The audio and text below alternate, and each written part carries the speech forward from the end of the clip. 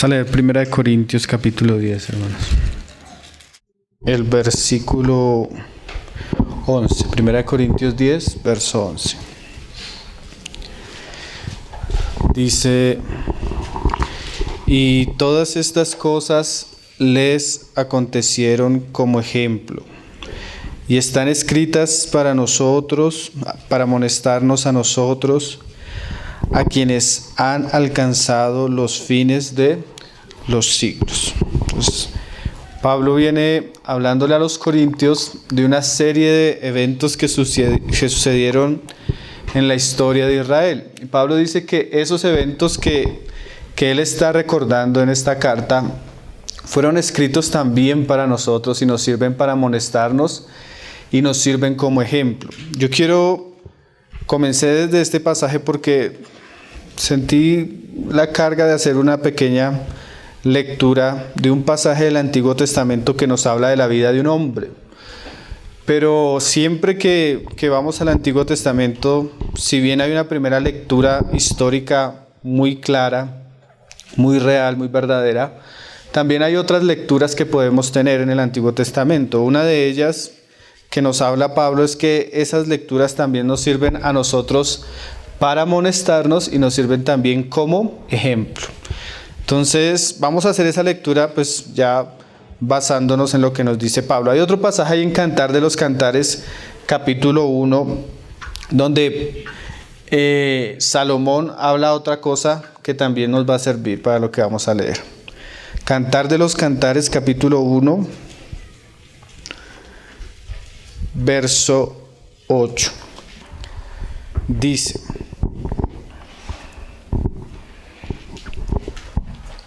está hablando que ella no sabe dónde apacienta ni dónde se esté el Señor, que de alguna manera se siente como errante. Entonces, el amado le responde a la amada unas palabras interesantes. Ahí en el verso 8 dice: si tú no lo sabes, oh hermosa entre las mujeres, ve, sigue las huellas del rebaño.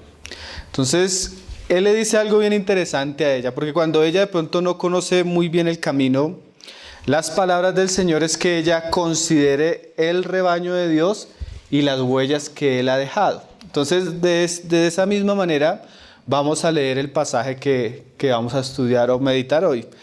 Vamos a leer un pasaje que nos sirve un poco para ver un poco la manera como Dios ha tratado con su pueblo y las huellas que han quedado de ese trato de Dios con sus hijos, que como dice Pablo nos sirven de ejemplo y de amonestación.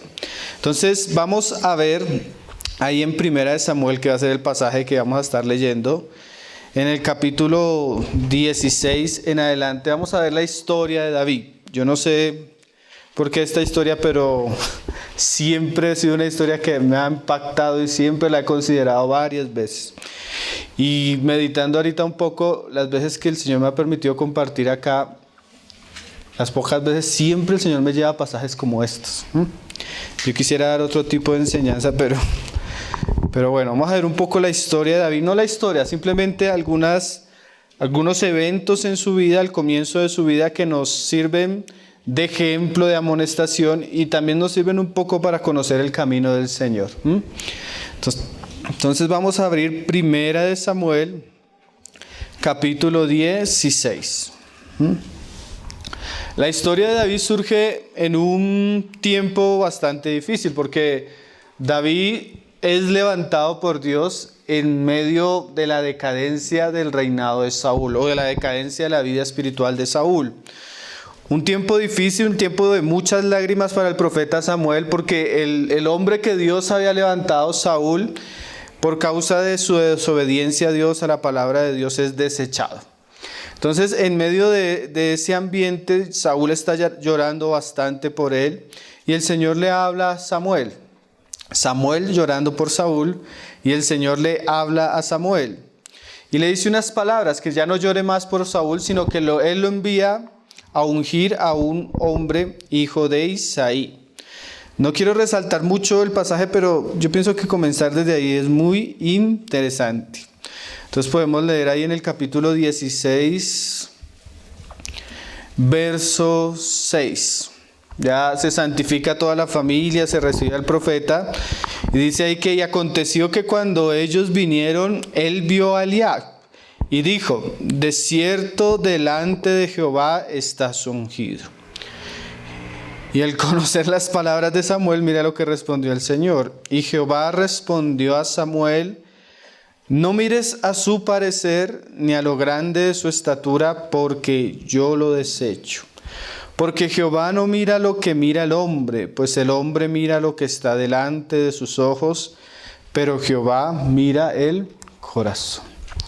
Pocas biografías son tan interesantes en la Biblia como la de David. Yo pienso que la historia de David es más, si tú comparas, yo no sé, pero así a simple vista, no hay un personaje en la Biblia fuera de Jesucristo, especialmente del Antiguo Testamento, que se hable más biográficamente que David. Prácticamente tenemos todo el libro de Primera de Samuel, que es bastante grande, algo de Segunda de Samuel, tenemos Crónicas, tenemos Reyes. Además tenemos muchos escritos de David en los Salmos, profecías, cánticos. Entonces, muchas de las profecías centrales del Señor Jesucristo son relacionadas con David. Entonces, David es un personaje bien importante. Cuando comenzamos a mirar esto, ahí comenzamos a ver un poco cómo Dios trabaja con su rebaño, cómo Dios escoge a sus ovejas, y estas cosas nos amonestan a nosotros que hemos alcanzado los últimos tiempos. Es interesante que hay una fiesta y llaman a todos, pero no llaman a David. De pronto algunos hermanos dicen que ni siquiera parece ser que David era hijo legítimo de Elí, porque hay algunos pasajes que dan como a entender eso, que nació en pecado, entonces parece que no era hijo de los dos padres, o si era hijo era el menor, pero como que no era muy apreciado, y era el que tenía que estar con las ovejas. Pero eso es lo que nosotros vemos por fuera, porque como dice el pasaje, nosotros vemos lo que está delante de nosotros, pero el Señor ve otras cosas. Y aquí dice que Jehová mira el corazón. David va a llegar a ser un personaje muy, muy importante en la economía de Dios. Y aquí comenzamos a ver que hay cosas que nosotros podemos fijarnos, porque nosotros como el profeta podemos ver ciertas cosas que parecen muy buenas, muy atractivas a un del Señor. Pero aquí el Señor comienza a mostrar que Él llama y escoge mirando el corazón. Entonces, bueno, ya comienza el Señor a mostrarnos que Él no se fija en las apariencias como nosotros a veces nos fijamos. Y ahí pasó en el 8 que entonces llamó a Isaí, a Abinadab lo hizo pasar delante de Samuel, el cual dijo: tampoco a este escogido Jehová. Hizo luego pasar Isaí a Sama, él dijo: tampoco a este elegido Jehová. E hizo pasar Isaí 7 hijos suyos delante de Samuel, pero Samuel dijo a Isaí: Jehová no ha elegido a estos. Entonces comienza a haber un desfile de los hermanos de David, pasa uno, pasa dos, pasan los 7 y el Señor dice: a ninguno de estos. Ahí comienza el pasaje a mostrarnos cosas que uno va a entender por las otras escrituras, cosas como elección, cosas como llamamiento, cosas que definitivamente están en las escrituras. Hay veces Dios escoge personas para ciertos asuntos específicos. Tal vez no le guste a los hermanos mayores de David, tal vez no le guste a Saúl, tal vez no le guste a los filisteos, pero cuando Dios aparta a una persona y comienza a trabajar en la vida de esa persona, Dios lo está preparando para algo, y eso que Dios ha llamado a ser una persona es para esa persona. Un hermano decía que Dios prepara a los hombres para una obra y prepara una obra para los hombres. Cuando Dios tiene un llamamiento, así sea allá donde las ovejas, así sea allá donde nadie nos ve, Dios está trabajando en nuestras vidas. Y es interesante que aunque la misma familia no incluyó a David, en los propósitos de Dios, Dios había puesto su mirada en él. Y eso no solo se ve en David. Tú lees cómo comienza el libro del profeta Jeremías y dice: desde el vientre de tu madre te aparté y te di por profeta a las naciones. ¿Sí? Entonces, definitivamente el Señor llama, el Señor escoge y el Señor trabaja en la vida de aquellos que va a llamar.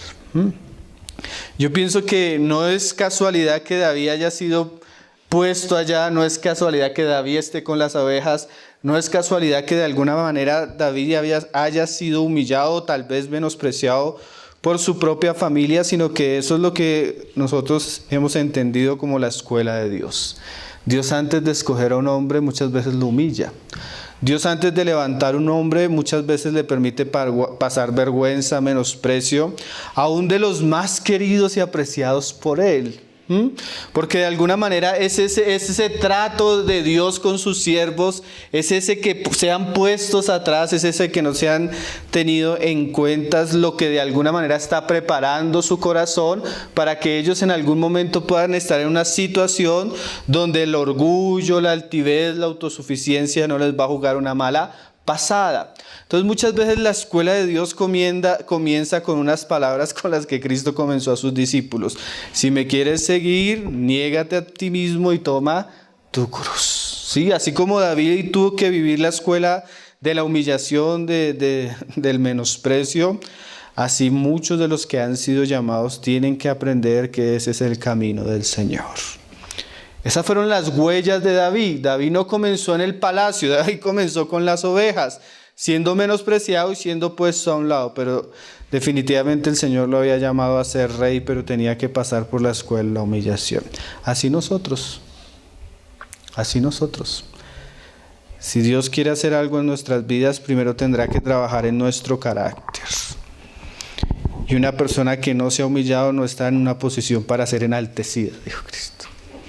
Porque un estribillo que uno encuentra en las Escrituras desde el Antiguo Testamento hasta el Nuevo Testamento es que Dios da gracia a los humildes, pero Él resiste a los soberbios. En la medida que nuestro corazón es humillado y avergonzado por su misma bajeza, en esa misma medida comenzamos a conocer lo que es la gracia de Dios. Y comenzamos también a disfrutar los privilegios que trae esa gracia. Entonces a veces no es de sorprendernos que Dios escoge lo peor, lo vil, lo menospreciado. Ese era el canto de Ana. Si usted lee el canto de Ana, ella se gozaba porque Dios había escogido al que era pobre, al que era vil, al que nadie tenía en cuenta, y lo había engrandecido y lo había hecho sentar con reyes y príncipes, para mostrar la abundancia de su misericordia. Lo interesante es que cuando el Señor habla de que no escogía a estos, Él decía que Él mira en el corazón. Nosotros no podemos saber qué estaba pasando en el corazón de David, ni qué había en el corazón de David. Más adelante Hechos dice que su corazón era conforme al de Dios. Pero seguramente este pasaje y este asunto que comienza a introducir Samuel no era el comienzo del trabajo de Dios. Ya Dios venía trabajando en la vida de David. Porque Él dice algo también en el Nuevo Testamento. Él dice que Él no enciende una luz para dejarla debajo de la mesa, sino que Él enciende una luz para ponerla encima y que alumbre. Entonces seguramente Dios había hecho una obra en David y seguramente llegó el momento donde iba a sacar esa obra a la vida de David para que muchos lo vieran. Porque definitivamente el trabajo de Dios comienza en el secreto, donde solo el Señor ve, en el corazón de los hombres. Entonces dice que ahí en el 11, entonces dijo Samuel a Isaí: ¿son estos todos tus hijos? Y él respondió: queda aún el menor que apacienta las ovejas. Y dijo Samuel a Isaí: envía por él, porque no nos sentaremos a la mesa hasta que él venga aquí. ¿Se recuerdan ese pasaje del Señor Jesús que Él decía: cuando llegues a una fiesta, hazte en el último lugar? No sea que te hagas adelante y el dueño de la invitación te diga: no, córrete para atrás y pases una vergüenza. Es mejor hacerse uno atrás y que el dueño de la fiesta le diga: siéntate adelante, ¿no? Y verdaderamente que David estaba tan atrás que ni siquiera estaba en la fiesta. Pero definitivamente había una silla preparada para este hombre y Dios lo hace sentar. Dios da gracia a los humildes, pero también al que se enaltece lo humilla. Entonces dice ahí, dice en el 2, envió pues por él y le hizo entrar, y era rubio, hermoso de ojos y de buen parecer. O sea que también seguramente era como su hermano, tenía pinta de rey. Pero la diferencia es que este sí tenía algo en el corazón. Y dice, desde aquel día, y lo ungió en medio de sus hermanos. Y desde aquel día en adelante el Espíritu de Jehová vino sobre David. También es interesante que si bien el Señor llama a una persona, escoge una persona, Él no, aunque lo trabaja con Él en el secreto, definitivamente la congregación va a ver cómo el aceite está sobre ciertas personas. ¿Sí? Eso lo hace Dios en medio de los hermanos. Que también, si Dios llama, si Dios prepara, Él va a mostrar por su Espíritu que la unción está sobre los que Él ha escogido. Definitivamente lo que hay en el corazón, Dios lo hace visible en medio de la congregación. Decía, creo que David, no permitirás que el impío se levante en medio de la congregación. O sea que Dios hace conocido el llamamiento, las virtudes del Espíritu Santo, la gracia y la operación de esa gracia en medio de sus hijos, en medio de la comunión de su pueblo, en medio de los hermanos. Es allí donde el Señor derrama bendición, derrama vida eterna. Es allí donde el Señor prepara, escoge, forma y va a levantar a aquellos hombres que han de pelear las batallas por Jehová. Bueno, aquí comienza el pasaje de la situación de Saúl. Saúl, como se había apartado del Señor, el Espíritu de Jehová también se había apartado de él. Y ahora venía sobre David. Entonces Saúl es atormentado y escogen y llaman a David para que toque de vez en cuando el Espíritu venía. Pero el pasaje en el cual quiero centrarme es ahí en el capítulo 17, la situación de Goliat. Es que es un pasaje muy conocido y definitivamente es muy emocionante hasta leerlo.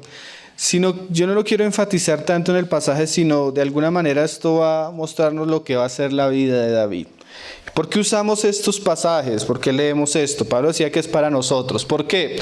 Porque Pablo también dice que él consideraba la fe cristiana como una batalla. Dice, he peleado la buena batalla. Entonces, de alguna manera, eso que vamos a comenzar a ver en David, que ya había sucedido y que iba a suceder constantemente en su vida, las batallas que él iba a pelear, es un aspecto de la vida cristiana que de alguna manera debemos aprender de David.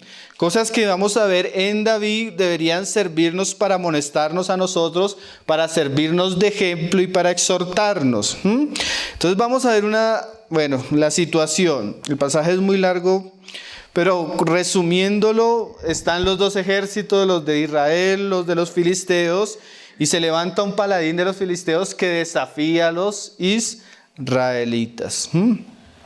Entonces, al desafiar a los israelitas, surge un temor tremendo en Israel y en Saúl y en los de Saúl. Dice ahí en el 11, oyendo Saúl y todo Israel estas palabras del filisteo, se turbaron y tuvieron gran miedo. Y David era hijo de aquel hombre frateo de Belén de Judá, cuyo nombre era Isaí, el cual tenía 8 hijos. Y en el tiempo de Saúl este hombre era viejo y de gran edad entre los hombres. Y los 3 hijos mayores de Isaí habían ido para seguir a Saúl a la guerra. Y los nombres de sus 3 hijos que habían ido a la guerra eran ahí más adelante dice en el 14. Y David era el menor. Siguieron pues los 3 mayores a Saúl. Entonces también comenzamos a ver un pasaje donde aquí comienza a ver uno muchas cosas. Primero que seguramente David no estaba en la edad para ir a la guerra. Seguramente en edad todavía no estaba para prestar el servicio militar. Sus hermanos mayores van a seguir a Saúl, pero David es dejado. Otra vez David no es invitado a la fiesta. Es interesante que en ninguna de estas situaciones las propicia David, sino es una mano que está dirigiendo todo el asunto. Pero viene la intervención del Señor. Ya cuando viene la intervención del Señor habían pasado 40 días. Creo que lo hice antes o ahí después. Ahí en el 16 decía, venía pues aquel filisteo por la mañana y por la tarde, y así lo hacía durante 40 días. Y dijo Isaías a David su hijo, toma ahora para tus hermanos un efá de este grano tostado y estos 10 panes y llévalo pronto al campamento a tus hermanos. O sea, Dios permite que durante 40 días el ejército de Israel sea avergonzado. Pero como una providencia, Dios manda al joven David a que vaya al campamento. ¿Para qué? Para que lleve comida. Entonces cuando llega David al campamento y para averiguar cómo estaban sus hermanos, y dice que en el 20 se levantó pues David de mañana y dejando las ovejas al cuidado de un guarda, se fue con su carga como Isaí le había mandado. Y llegó al campamento cuando el ejército salía en orden de batalla y daba el grito de combate. Y se pusieron en orden de batalla Israel y los filisteos, ejército frente a ejército. Entonces David dejó su carga en mano del que guardaba el bagaje y corrió al ejército, y cuando llegó preguntó por sus hermanos si estaban bien. Mientras él hablaba con ellos, he aquí que aquel paladín se ponía en medio de los dos campamentos. ¿Y usted cree que fue casualidad que apenas llegó David, se levantó el paladín, habló el paladín y lo escuchó David? Definitivamente no. Y dice en el 24, y dice ahí el final del 23, y habló las mismas palabras y las oyó David. Y todos los varones de Israel que veían aquel hombre huían de su presencia y tenían gran temor. Y cada uno de los de Israel decía, ¿no habéis visto aquel hombre que ha salido y él se adelanta para provocar a Israel? Al que le venciere, el rey le enriquecerá con grandes riquezas y le dará su hija y eximirá de tributos a la casa de su padre en Israel. Entonces había toda una situación dramática. Este hombre burlándose del ejército de Dios. La propuesta de Saúl para salvar, para aquel que venciera a este hombre, y David se entera del asunto. Entonces comienza a suceder algo en David que no había sucedido en los demás. Y ahí es donde yo quiero comenzar a introducirme, cómo la vida de este hombre nos habla bastante. Dice en el 26, entonces habló David a los que estaban junto a él diciendo, ¿qué harán al hombre que venciera a este filisteo y quitara el oprobio de Israel? Porque, ahí ya comienza uno a ver el por qué. O sea, él como que la oferta que estaban dando de recompensa le llamó la atención. Pero más que la oferta uno nota el porqué de David. ¿Cuál es el porqué de David? Porque ¿quién es este filisteo incircunciso para que provoque a los escuadrones del Dios viviente? O sea, de alguna manera hubo un sentido de indignación en David que no hubo en los demás. En los demás hubo temor. En David hubo ¿qué? Celo e indignación. O sea, cómo este hombre se levanta delante de los escuadrones de Jehová y los provoca. Entonces comenzamos a ver una de las cosas que hace el Espíritu en una persona. Porque cuando ustedes leímos el pasaje ahorita, dice que apenas vino el aceite sobre David, vino el Espíritu de Jehová sobre él. Entonces cuando el Espíritu de Jehová comienza a trabajar en la vida de un hombre, especialmente en David, suceden muchas cosas. Y una de las cosas que yo quiero resaltar, que a veces uno no las ve en estos pasajes, es que, como dice Pablo, porque el amor de Dios ha sido derramado en nuestros corazones. ¿Cómo? Por el Espíritu Santo. Entonces David comienza a sentir un celo por Jehová mismo y por el pueblo de Dios, que es un celo que caracteriza a las personas que tienen amor por un asunto o por una persona. Y mira lo que dice David. Entonces dice, ahí en el 28, dice, y oyéndole hablar Eliab, su hermano mayor, con aquellos hombres, se encendió en ira contra David, dijo, ¿para qué has descendido acá? Acuérdense que David no descendió voluntariamente, sino fue como una cuestión de la providencia de Dios.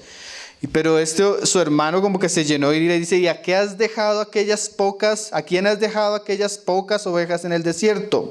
Yo conozco tu soberbia y la malicia de tu corazón, que para ver la batalla has venido. O sea, le estaba diciendo chismoso. O sea, como que había venido solo a chismosear, pero realmente él había venido porque el papá lo había mandado. Y David respondió, ¿qué he hecho yo ahora? ¿No es esto mero hablar? Para como lidiarse el problema con su hermano. Pero en realidad lo que uno va a ver más adelante, que no eran solo palabras de David. Porque a veces cuando suceden cosas así, definitivamente lo que prima es la curiosidad. Pero había algo más en el corazón de David. Y dice, apartándose de él hacia otros, preguntó de igual manera y le dio el pueblo la misma respuesta de antes. Tal punto que él preguntó que Saúl se enteró de lo que estaba diciendo.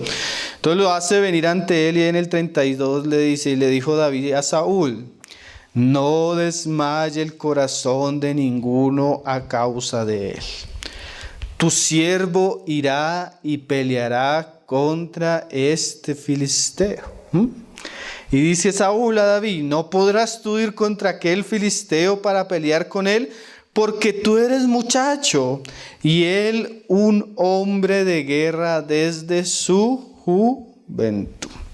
Entonces David respondió a Saúl, tu siervo era pastor de las ovejas de su padre, y cuando venía un león o un oso y tomaba algún cordero de la manada, salía yo tras él y lo hería y lo libraba de su boca, y si se levantaba contra mí, yo le echaba mano de la quijada y lo hería y lo mataba. Fuese león, fuese oso, tu siervo lo mataba, y este filisteo incircunciso será como uno de ellos, porque ha provocado al ejército del Dios viviente. Ahí es donde yo quería llegar. Si hay algo que vemos en David que debería amonestarnos a nosotros, es el fervor, el amor y la valentía que tenía David, que no se encontró en ningún otro hombre en Israel. ¿Qué hacía que David tuviera ese celo? Seguramente hay varias cosas que uno puede decir.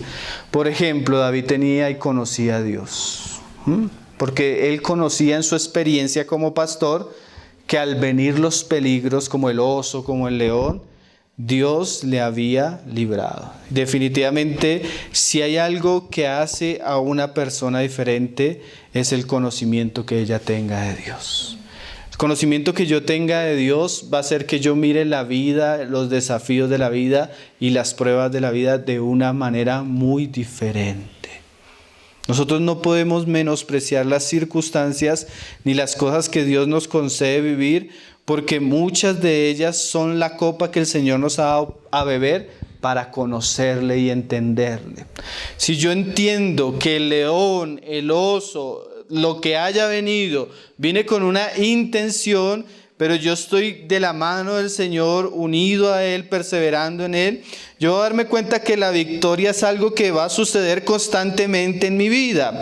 Y muchas veces las situaciones tan pequeñas, tan prácticas, destapan el corazón, lo que hay en el corazón, mi fe, mi amor, mi paciencia, lo que hay de Cristo en mí. Pero esas situaciones también me están preparando para algo más. Porque muchas veces sí, son los desafíos de mi vida, de mi familia, de mi casa. Pero nos damos cuenta que el Señor usa las pequeñas cosas porque de alguna manera hay un negocio mayor, hay una guerra mayor, hay un reino mayor, y las situaciones pequeñas de la vida nos están preparando para presentarnos delante del filisteo y hacerlo con amor, con fe y con la confianza de que el Dios que me ha ayudado en el secreto también lo puede hacer en el público, porque Él es el mismo. Entonces es una gran virtud cuando en el desierto, en la soledad donde nadie nos ve, estamos viviendo situaciones, pasando pruebas, pasando luchas en nuestra alma, en nuestra familia, en nuestras circunstancias, porque de alguna manera el Señor nos está llevando de experiencia tras experiencia para que conozcamos su poder, su gracia, y eso en alguna manera va a ser usado después para afrontar ciertos desafíos que tal vez nosotros no pensábamos. Yo no me imagino a David peleando en el ejército de Israel. Yo no me imagino a David peleando contra el filisteo. Él estaba acostumbrado a estar con ovejas y a lidiar con animales. Pero simplemente era una pequeña escuela para lo que Dios tenía. Eso de qué nos habla. Nosotros no podemos menospreciar las pequeñas cosas. Muchas veces las pequeñas cosas son la escuela de Dios. El que no es fiel en lo poco, hermano, no lo va a hacer en lo mucho. El que no conoce al Señor en las pequeñas circunstancias difícilmente va a poder estar en pie delante de los grandes desafíos. Y nosotros tenemos la tendencia a menospreciar el día de las pequeñeces. Pero muchas veces las pequeñeces son la escuela de Jehová para nuestra vida. Y la manera como el Señor hace en lo pequeño también es la manera como el Señor actúa más adelante. Entonces David, aunque era joven, sí, no era un hombre de guerra, era un pastor, pero tenía experiencia con el Señor. Él había conocido al Señor y de alguna manera como pastor el Señor lo estaba preparando para la guerra. Entonces el Señor nos ayude a ser fieles en lo poco, donde no somos vistos, donde no hay aplausos. Porque también es el problema de lo mucho tiene muchas cosas, pero definitivamente al Señor se le conoce en el desierto con las ovejas, con lo poco siendo menospreciados. Ahí es donde David aprende que el asunto no es de espada ni de escudo, sino es de Jehová de los ejércitos, la victoria. Entonces, muchas veces el Señor nos quiere involucrar definitivamente en una guerra y nos llama a pelear en una guerra por la fe, pero eso comienza en lo poco. Hay que aprender a conocer al Señor en lo poco, hay que aprender a conocer al Señor en lo difícil. Hay que sacarle de la boca la oveja al león, hay que sacarle de la boca a la oveja al oso. Por ahí un hermano decía, ya como trasladándolo a lo práctico, si yo no soy capaz de dar mi vida por esa pequeña oveja, por ese pequeño hijo que el Señor me dio, por esa hija, por esa esposa o por lo poco, ¿cómo lo va a dar por los otros? Ahí es donde caben las palabras de Pablo para Timoteo hablando de los ancianos. El que no gobierna su propia casa y no cuida de ella, ¿cómo cuidará de la iglesia de Dios? ¿Sí? Como un hermano, y también Pablo lo dice, el que no es fiel a su siervo natural, ¿cómo lo va a hacer fiel a su siervo celestial? Nosotros no nos damos cuenta, hermanos, pero los ojos de Jehová están recorriendo la tierra mirando cómo nos conducimos en nuestro diario vivir.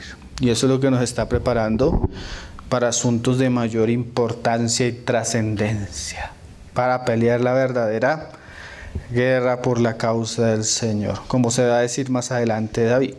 Como les decía algo, yo creo que esto está muy relacionado al amor, porque veo que en David hay un amor que lo quemaba hacia el Señor. Vamos a leer unos pasajes más adelante ahí en Cantar.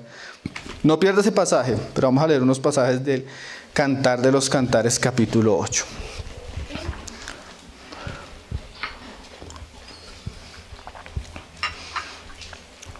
En las Escrituras, la visión del amor es a veces muy diferente a veces a la visión que nosotros tenemos. Pero la Escritura, y a mí me gusta el título que le puso Reina Valera a este pasaje, hay en Cantar de los Cantares 8, verso 5, aunque vamos a leer es el 6. El Cantar de los Cantares pone el título del poder del amor. Seguramente hay muchas cosas que pueden motivarnos a nosotros. Definitivamente hay muchas cosas que nos pueden motivar, pero hay una cosa que debería ser el combustible de nuestra vida cristiana y es el amor.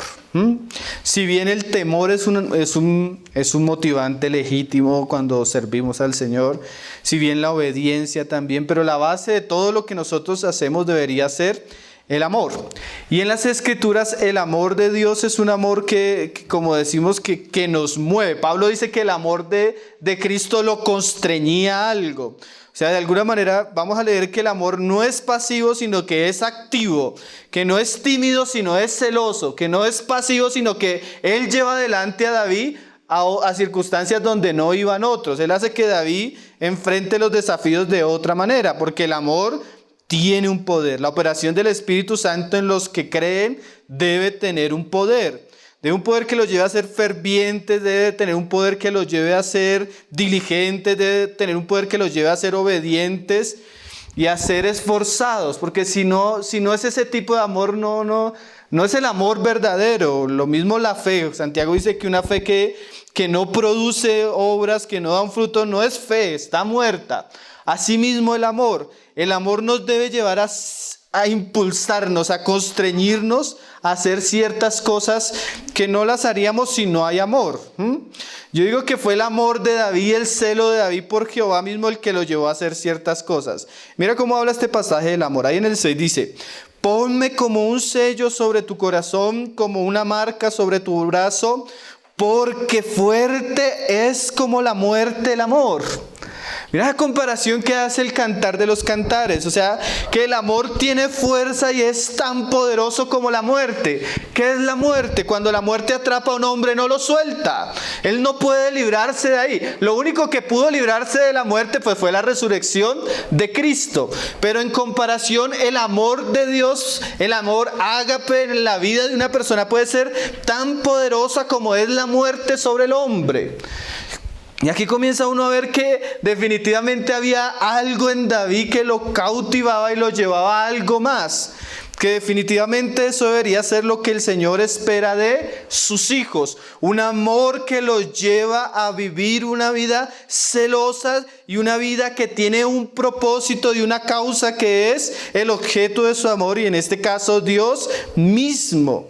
Dice que el amor es como la muerte, y más adelante dice en el 7, las muchas aguas no podrán apagar el amor. Entonces, ahí es donde yo quiero, porque a veces decimos David era valiente, David era esforzado, y eso se dice también de David.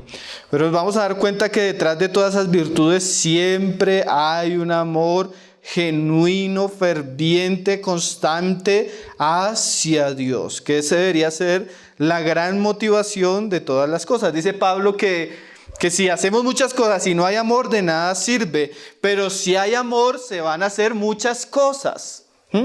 Porque no considero que un hombre, aún en lo natural, hermano, un hombre vea que él llegue a un lugar y vea que otro hombre se levante, empuje a su esposa, agreda a su esposa, y él le diga a su esposa: yo te amo, pero no sea capaz de levantarse y defenderla.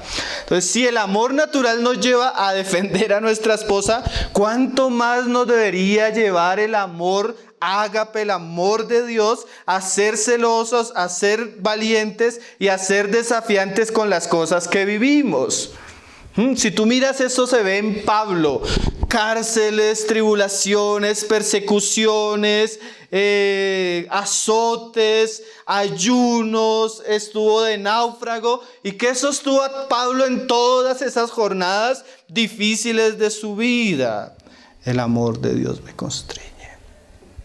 ¿Qué debería sostenernos? ¿Qué debería animarnos? ¿Qué debería llevarnos adelante? El amor de Cristo. En este punto, yo pienso que este punto es muy precioso para David, porque más adelante hay otras cosas. Más adelante ya es el asunto del rey, él ya es un soldado, o él ya llega a ser un rey. Entonces ya está implícito muchas más cosas, pero aquí no había nada. Y eso lo hace todavía mucho más puro y más precioso y más admirable. Que Dios pueda levantar hombres que tengan tanta llenura del Espíritu Santo, que amen a Dios y estén dispuestos a hacer las cosas que hizo David y a caminar las jornadas que caminó David. Mire lo que dice Primera de Juan. Juan habla de esto.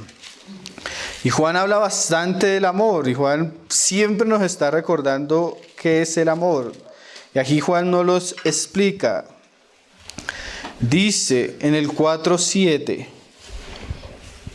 amados, Primera de Juan 4:7. Amados, amémonos unos a otros. ¿Por qué?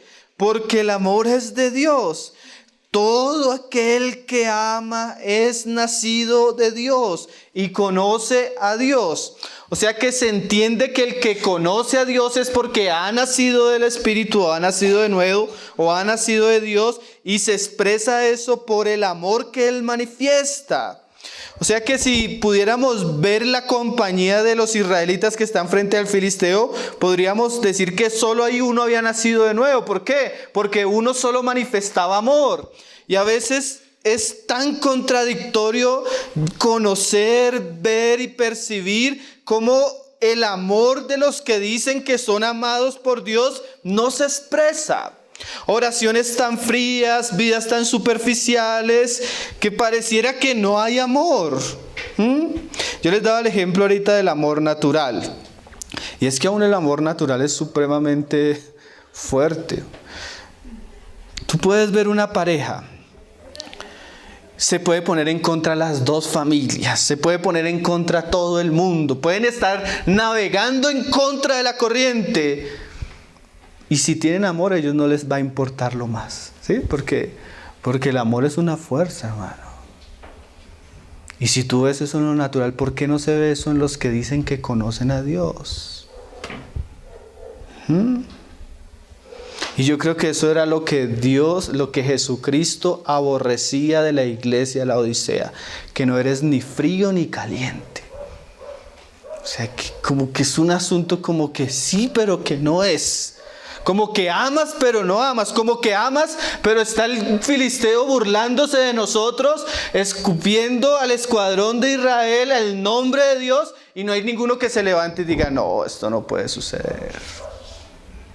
La falta de celo, la falta de esfuerzo, la falta de sacrificio, la falta de eso que quema por dentro a los verdaderos hijos de Dios, lo que nos muestra es que no han conocido el amor de Dios. Porque ahí dice, el que no ama no ha conocido a Dios, porque Dios es amor. En esto se mostró el amor de Dios para con nosotros, porque así como el amor es un motivante en nosotros, lo fue asimismo en la persona del Hijo de Dios, que vino al mundo, ¿para qué? Para que vivamos por Él. Y en esto consiste el amor, no en que nosotros hayamos amado a Dios, sino en que Él nos amó a nosotros y envió a su Hijo en propiciación por nuestros pecados. Amados. Sí, y mira que David no conocía este amor, pero David sí conocía lo que va a decir acá. Si Dios nos ha amado así, debemos también amarnos unos a otros. O sea, como dice ahí más anteriormente Juan, si Él se entregó por nosotros, ahora nosotros debemos darnos los unos a los otros. O sea, David, definitivamente él no solo estaba poniendo en riesgo su túnica ni su vida, sino definitivamente él estaba arriesgando su vida. ¿Y qué hacía que él hiciera esto? El amor hacia él. Señor. Algo que es bien interesante. ¿Qué tenían todos los israelitas delante del paladín? Miedo, temor. Mira lo que dice ahí en el verso 18. En el amor no hay temor. Qué frase, ¿no? Entonces, ¿por qué estaban todos acobardados? Porque su fe y su amor hacia su Dios y hacia la misma nación no era suficiente para que ellos arriesgaran su vida. Entonces había temor. ¿Por qué? Porque no había amor. La falta de amor se evidencia de muchas maneras. Aquí Juan dice, hay temor. ¿Usted no ha visto eso? Yo vi una noticia hasta triste en estos días de una familia por allá en un río. Iba uno de los niños y el niño se cae al río. Y haga cuenta como el niño de 8 años. Y su hermanita de 12 años, a ver que su hermanito se cayó al río, no le importó. O sea, ella no midió. Se mandó a salvarlos y también se ahogó. ¿Por qué ella no midió? Por amor. Sí, ella no se midió, ella no lo pensó. ¿Por qué? Porque había amor. Ella no dijo, uy, el río, las piedras, va rápido, ¿no? Ella, ¿por qué? Porque cuando hay amor, no hay temor. Yo pienso que eso motivó a muchos. Abraham, sal de tu parentela y de tu tierra. ¿A dónde? ¿Por qué salió sin miedo? Sin temor, por amor. Entonces uno nota que detrás de muchas cosas que estos hombres vivían, había una llama por dentro que se llamaba amor, consumiéndolos. Sino que el perfecto amor echa fuera el temor. Yo pienso que David tenía muchas cosas que temer. Temer primero al filisteo. Temer también al fracaso. Temer también a la crítica de los demás, porque eso a veces pesa mucho en el corazón. ¿Y qué van a decir los demás? Porque ya no lo había hecho, simplemente estaban hablando y ya él decía, están diciendo que lo va a hacer por orgullo. ¿Sí? Porque todas las cosas a veces giran en torno a esto. Lo hace por aparentar, lo hace por salir, lo hace para su gloria, pero no había nada de eso. ¿Qué había en el corazón de David? Celo y amor. Y eso lo llevó a echar fuera el temor, porque él conocía de alguna manera el perfecto amor. De donde el que teme no ha sido perfeccionado en el amor. En estos días leía, yo no me acuerdo, creo que era William Barclay, y el hermano decía, la verdad es que muchos cristianos han tomado una posición tan cómoda que el simple hecho de salir de esa situación ya les incomoda. ¿Sí? Algunos no, porque estar de parte de Jehová quiere decir estar en contra de ciertas situaciones y enfrentar ciertas situaciones, y algunos no quieren tomar el riesgo. Pero mira lo que dice ahí Juan. Nosotros le amamos a Él porque Él nos amó primero. Si alguno dice yo amo a Dios y aborrece a su hermano, es mentiroso. Y ahora uno ve algo muy interesante también. David no tenía una vida de iglesia como la que nosotros tenemos. ¿Cuál era la congregación de David al comienzo? Las ovejas. Pero mira este hombre. El asalariado ve, dijo Cristo, el asalariado ve el peligro y se va porque las ovejas no son suyas. Pero David viene el león y se lleva a la oveja y David la arrebata de la boca del león. Algo que uno ve por encima de todo era que David amaba a esas ovejas, hermano. Y a veces nosotros que decimos amamos a Dios, no amamos a nuestros hermanos. Y en comparación la vida de una oveja al alma de un hermano, hay mucha diferencia, ¿no? El verdadero amor de Dios se expresa amando a los hermanos, entregándonos por ellos, tratando de sacar de la boca del lobo a la oveja. En estos días hablaba con alguien de que yo no consideraba la idea de ver que algo se estaba tragando, un pecado se estaba tragando a un hermano y otro creyente viéndolo y simplemente orando. Hay cosas que nos deben llevar a actuar, hermano. Y si el amor de Cristo no nos constriñe para actuar, ¿qué nos va a constreñir? Hay personas que ven que se las está tragando el lobo y no son capaces de decirles. En cambio David no. David sí se ponía en pie contra el lobo. Y a la oveja hay que cuidarla, pero al lobo hay que darle palo. Al lobo hay que espantarlo, porque el lobo se va a tragar la oveja. Pero muchas veces nosotros vemos cosas en la iglesia y no hacemos nada. Dice Proverbios, mejor es reprensión manifiesta que amor en lo oculto. ¿Se ha leído ese pasaje? A veces es mejor decir ciertas cosas y no decir que amamos cuando no lo manifestamos. El que ama, y para esto hay que ser valientes. Yo pienso que necesitamos más valor a veces para tratar ciertas circunstancias que para enfrentarnos a Goliat. Una vez me llamaron de un lugar, hermanos, es que hay una situación y usted no podría venir. Le digo, hermano, pero ustedes están allá y no la pueden tratar ustedes estando allá. No, hermano, es que falta un amor como el David que es capaz de afrontar situaciones para salvar la oveja. Porque yo no puedo decir que amo y veo que mi hermanita se cae en el río y que se la está llevando y decir, el Señor te bendiga, cuando el río la va a matar. Cuando el río la va a matar. El verdadero hermano se botaría a salvarla. Así como David. Amar es de valientes. Y la verdad es que muchos no están dispuestos a eso. ¿Por qué sí? Porque está la crítica, que es por orgullo. Acuérdate de los hermanos de David, que lo hace por aparecer. No, a David le preocupaba la gloria de Dios y le preocupaba la salvación del pueblo.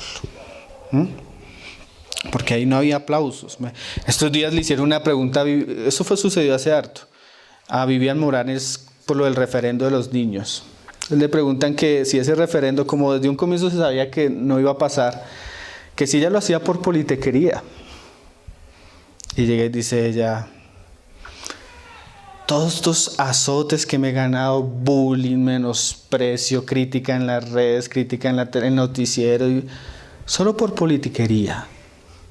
Estos son convicciones, dijo ella. Y yo dije, así es que se debe hablar.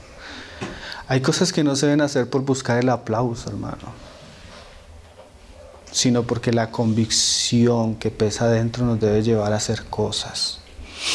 Pero a veces ese amor que solo abrazo, y eso no es amor, hermanos. El amor es darnos. El Señor nos ayude y nos enseñe y aprender a ser como David. Mira cómo Pablo habla de él. Creo que ahí en Timoteo 2 hay un pasaje donde Pablo habla de eso. 2 Timoteo 2, 7.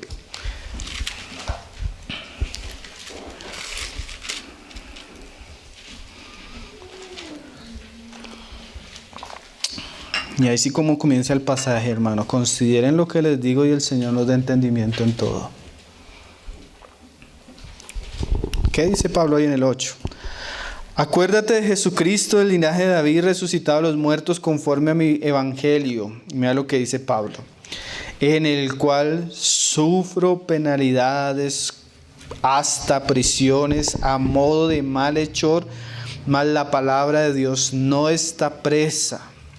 Por tanto, y este es el pasaje que quiero resaltar, todo lo soporto por amor de los escogidos. Este era como David. Esto que vivo, esto que sufro, esto lo soporto por amor de los escogidos. Usted nota que el amor es muy activo en la Biblia.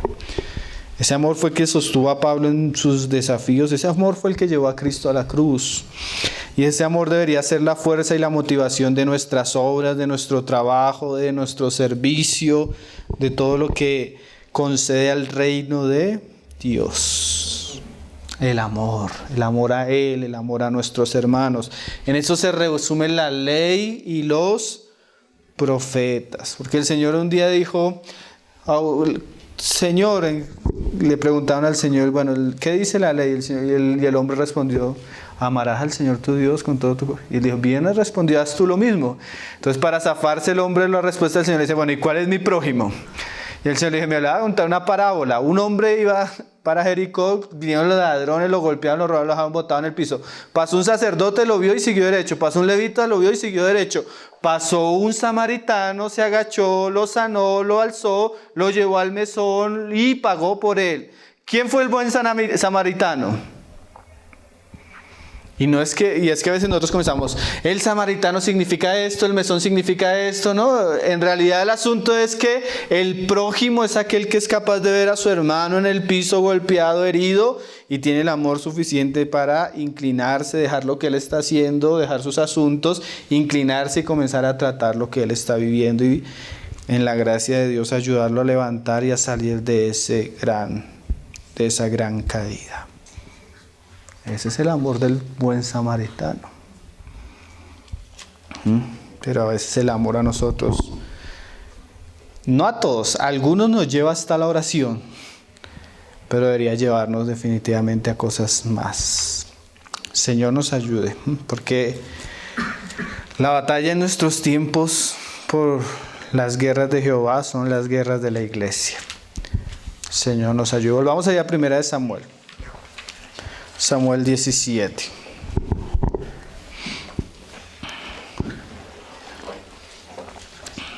Dice, bueno, entonces ahí viene el asunto de las armas, de que le quieren poner a esta y David dice que no, porque no puede ni caminar con eso, sino su confianza era el Señor, ¿no? Ahí en el 17,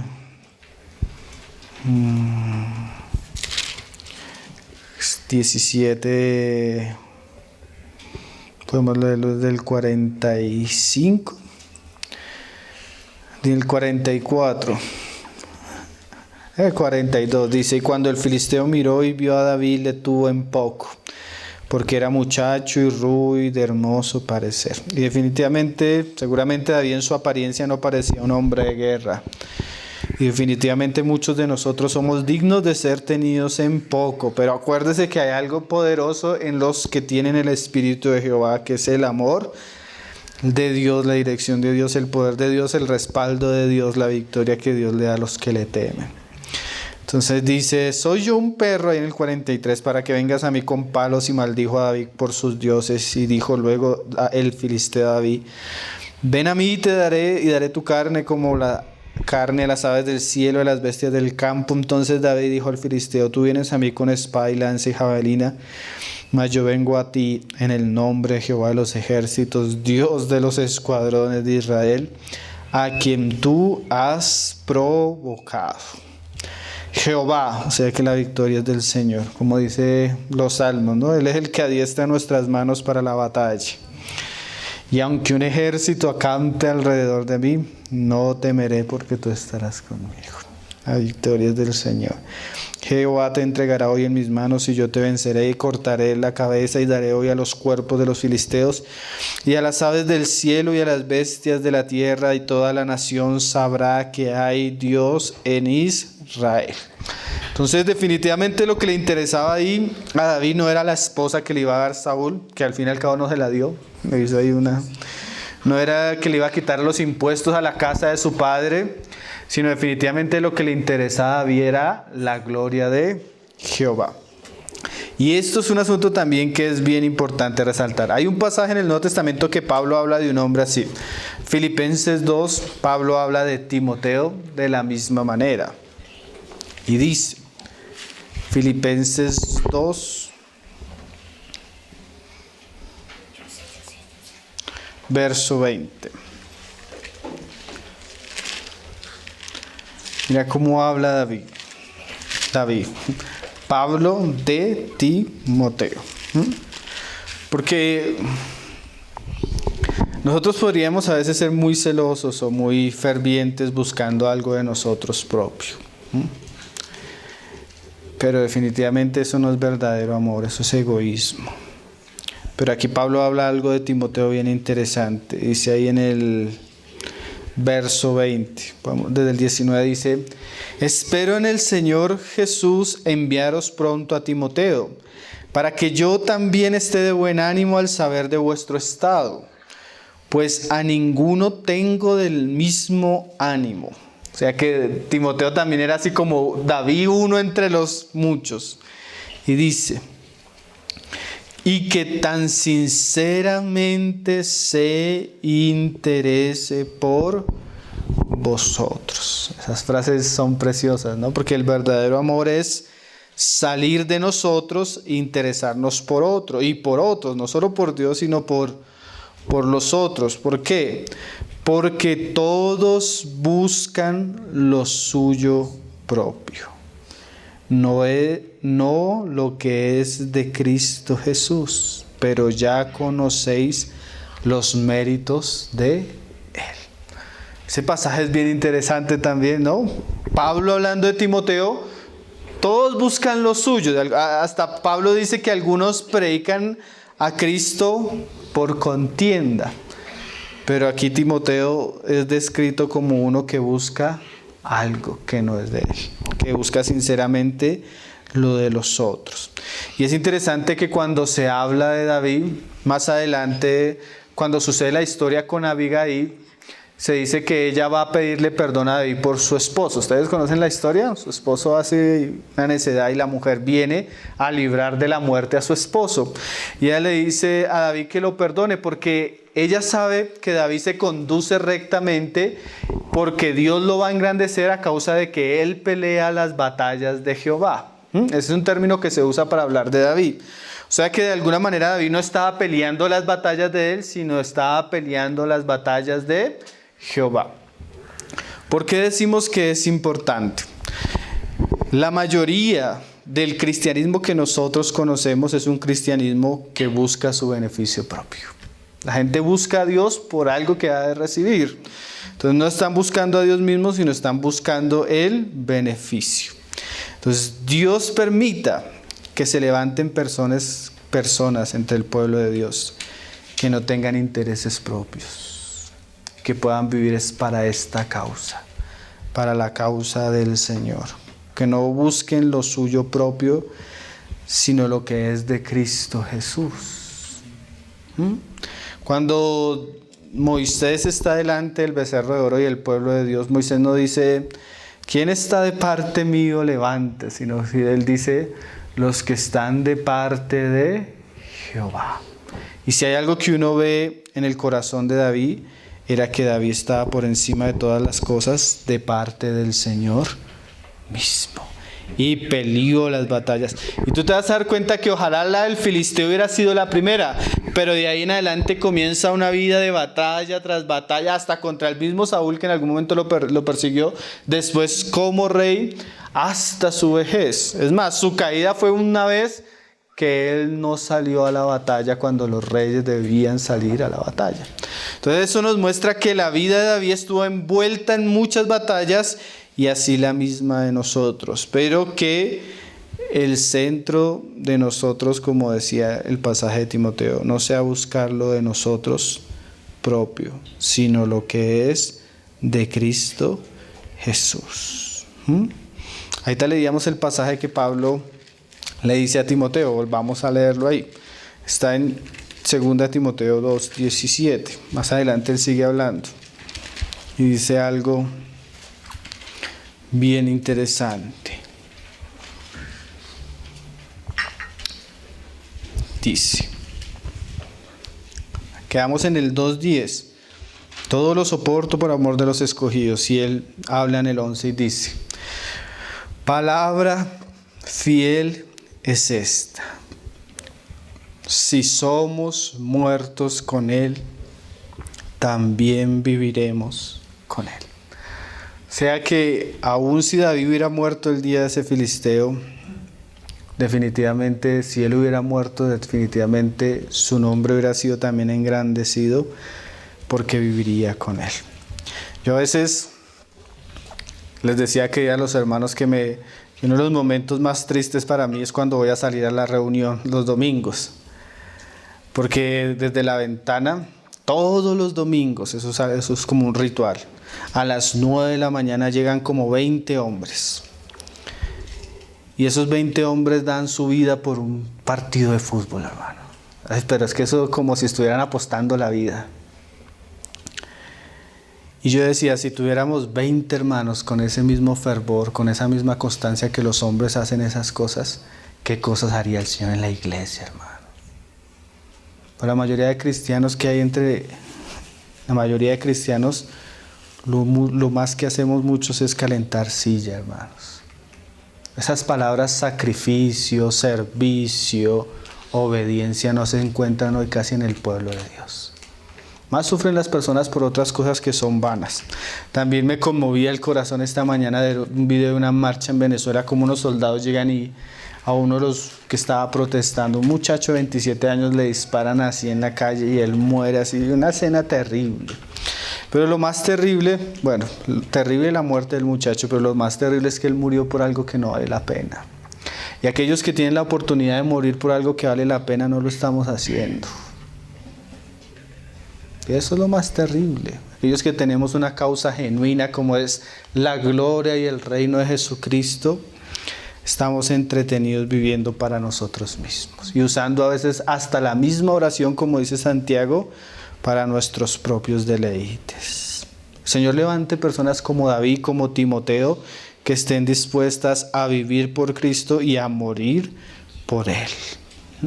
¿Qué sería del testimonio de Dios? Como dice el proverbio, si los hombres buscaran a Dios como buscan el oro y la plata, hermano. Yo a veces me pongo a pensar, yo he visto personas que definitivamente por una carrera y trasnochan, se queman, se matan, pero en su vida cristiana no somos así, sí. No sabemos qué es sacrificarnos, no sabemos qué es darnos, no sabemos qué es sufrir. Eso es una evidencia de que hay poco amor. Porque los que tienen amor, eso van al Coliseo con una sonrisa en la cara y se enfrentan a los leones con fe. Pero palabra fiel es esta, hermano. Si sufrimos, también reinaremos con Él. O sea que definitivamente el reino y la gloria es para aquellos que están involucrados en la causa a tal punto que están dispuestos a sufrir por esa causa. Pero también palabra fiel es esta: si le negáremos, Él también nos negará. Si fuéramos infieles, Él permanece fiel. Él no puede negarse a sí mismo. Entonces, hermanos, el Señor levante hombres como David que estén dispuestos a amar verdaderamente la causa, a entregarse verdaderamente por la causa, como una fiel demostración del poder del amor de Dios en sus vidas. Ese amor que es maravilloso, ¿no? Algo que me sorprende era que David era de las ovejas, de los que estaban por allá. Era un hombre que su vida no tenía ningún valor. Pero la gracia de Dios hizo algo tan precioso en David. Imagínate hasta dónde lo llevó, hermano. O sea, lo sacó de las ovejas a sentarlo como príncipe en medio de su pueblo. Entonces, definitivamente la gracia de Dios es maravillosa y puede hacer cosas que no nos imaginamos con nosotros. Y ese amor y esa gracia debería cautivarnos y llevarnos a tener un fervor y una vida en relación a Dios y en relación a nuestros hermanos diferente. Termino con el pasaje que comenzamos, ahí en 1 Corintios 10. Porque hay aspectos de la vida de David que no dejan de enseñarnos, y este pasaje al final es también una gran advertencia. Porque si bien la vida de David es una obra preciosa de Dios, también encontramos pasajes muy oscuros en la vida de David. Que eso también nos enseña, ¿no? Las cosas buenas que vivió David, pero también sus caídas nos enseñan. ¿Qué nos enseñan? Ahí el verso, comenzamos en el 10:11 y ahora leemos el 12, que también nos enseña de la vida de David.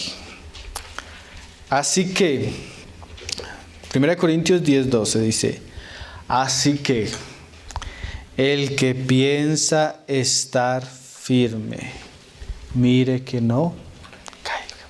Porque uno pensaría que el momento más difícil para David fue en el momento donde era menospreciado, donde no era tenido en cuenta y donde era pastor de las ovejas. Pero los momentos más difíciles para David no fueron esos. Los momentos más difíciles para David fue cuando ya era rey, cuando ya tenía un palacio, cuando ya tenía un ejército, cuando ya tenía esposas, cuando ya tenía fama, cuando ya tenía todo.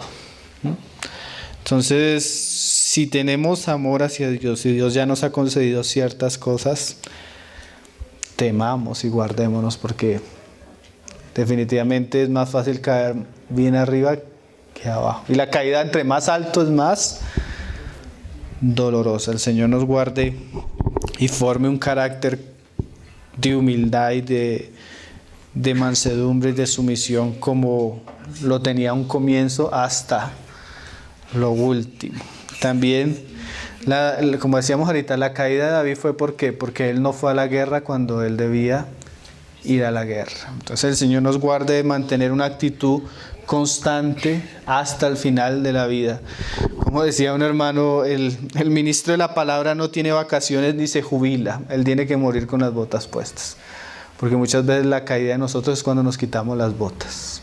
Se nos olvida que estamos en una guerra constantemente de muchos desafíos. Entonces, si en algún momento pensamos que está firmes, hay que tener cuidado de no caer de esa aparente firmeza. Es un asunto de toda la vida, hermano. El Señor nos permita llegar al final de nuestra vida y decir como Pablo: he peleado la buena batalla. El Señor nos haga valientes, esforzados, y podamos aprender un poco de David acerca de su amor y su devoción a Dios. Vamos a orar para terminar. Padre, te damos gracias, Señor, por tu palabra, Señor. Te pedimos, Señor, que tú nos ayudes, Señor, y que esas cosas que nosotros vemos en las huellas de tu rebaño, Señor, sean realmente formadas y trabajadas en nosotros, Señor. Te pedimos que hagas de nosotros hombres con un corazón conforme al tuyo, Señor. Que nos hagas valientes, que nos hagas esforzados, Señor, que nos hagas diligentes, que nos hagas verdaderas muestras de tu gracia, de tu amor, de tu poder, Señor. Concédenos amarte con todo nuestro ser, Señor. Concédenos, como Pablo decía, vivir por ti, sufrir por ti, Señor. Concédenos no buscar lo de nosotros, Señor, sino lo tuyo, Señor. Amar lo tuyo, honrarte a ti, Señor, y seguirte en todo, Señor. Te damos gracias porque sin merecerlo tú nos has amado con tal amor, Señor, con un amor tan grande, Señor, que ese mismo amor nos constriñe y nos sostiene y nos puede sostener para hacer todo lo que tú nos has llamado a hacer, Señor. Llénanos de ese amor, que la vida de tu Espíritu pueda florecer en nosotros, Señor. Así como tu fe, tu paciencia, tu mansedumbre, tu humildad pueda ser marcada y formada en nosotros, Señor. Ayúdanos, Señor Jesús, ayúdanos a ser valientes y a no temer, pues tú eres el que adiestra nuestras manos para la batalla, Señor. Ayúdanos a ser fieles a ti en lo poco, Señor, y poderte honrar como tu nombre es digno de gloria y de honra y de honor, Señor. Lo pedimos, Padre, en el nombre de tu Hijo Jesucristo, Señor. Y ayuda a todos nuestros hermanos que tú has puesto al frente, Señor, a pelear tus batallas, Señor. Sosténlos con tu gracia, sosténlos con tu sabiduría, con tu fuerza, con tu favor, Señor. Que ellos puedan estar cerca de ti y ser dirigidos por ti en todo, Padre. Para que puedan ser fieles embajadores tuyos, Señor. Te lo pedimos en el nombre de tu Hijo Jesús, Señor. Amén, Señor Jesús. Amén.